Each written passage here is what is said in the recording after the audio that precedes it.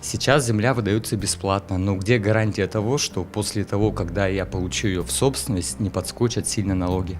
Здравствуйте, Павел Михайлович. Земельный налог у нас в соответствии с действующим законодательством утверждается не реже один раз в 5 лет. Мы утверждали кадастровую стоимость, проводили актуализацию кадастровой стоимости в 2014 году. Соответственно, мы в 2019 году будем обязаны пересмотреть кадастровую стоимость. Через 5 лет, если вы станете собственниками земельного участка, вам придется платить налог, земельный налог. Если вы возьмете в аренду, то вам придется платить плату за аренду. То, что касаемо, будет ли большой скачок, предполагаем, что, возможно, такого большого скачка не будет. Однако земля у нас, платность земли предусмотрена земельным законодательством. Любая земля должна приносить платность. То ли это будет в виде арендной платы, то ли это в виде налога. Но если взять для сравнения, чтобы сейчас какая кадастровая стоимость по Республике Саха-Якутия земель сельхозназначения, то она составляет 2300 рублей за 1 гектар. И если ставка земельного налога 0,3% умножается, то где-то будет человек платить 6,7 рублей за 1 гектар в год.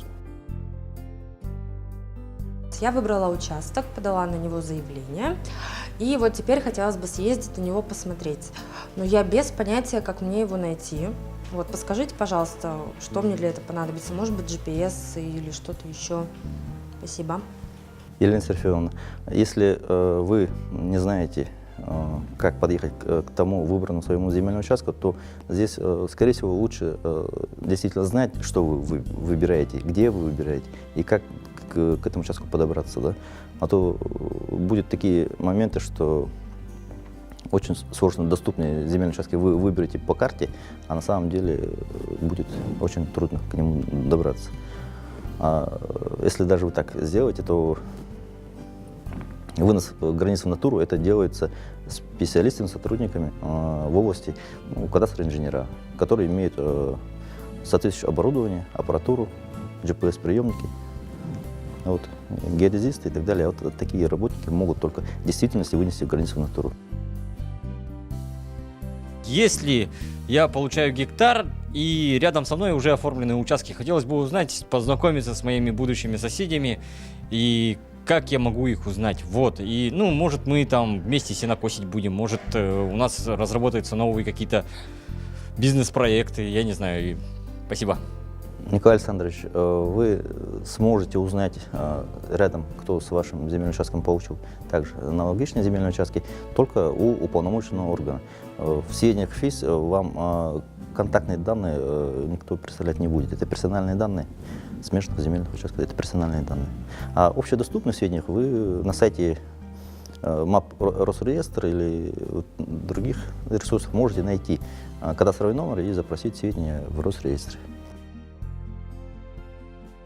Что будет, если я не приду на подписание договора? Елена Николаевна, законом предусмотрено на подписание 30-дневный календарный срок. 30-дневный срок вы должны подписать договор и направить в уполномоченный орган с момента получения, соответственно. Если будет нарушение, уполномоченный орган уже вправе вам не подписывать данный договор. Могу ли я со временем продать мой гектар? Вероника Евгеньевна, вы можете продать свой земельный участок только после того, как вы станете собственником этого земельного участка. То есть по безвозмездному пользованию вы никаких действий совершить не можете. То есть 5 лет вам нужно самим освоить земельный участок, а после того, как возьмете собственность, вы как любую сделку можете совершать. Но также хочу отметить, что с иностранными гражданами вы заключать такие сделки не можете. И эта сделка даже не пройдет госрегистрацию. Об этом в законе как раз и тоже очень четко прописано.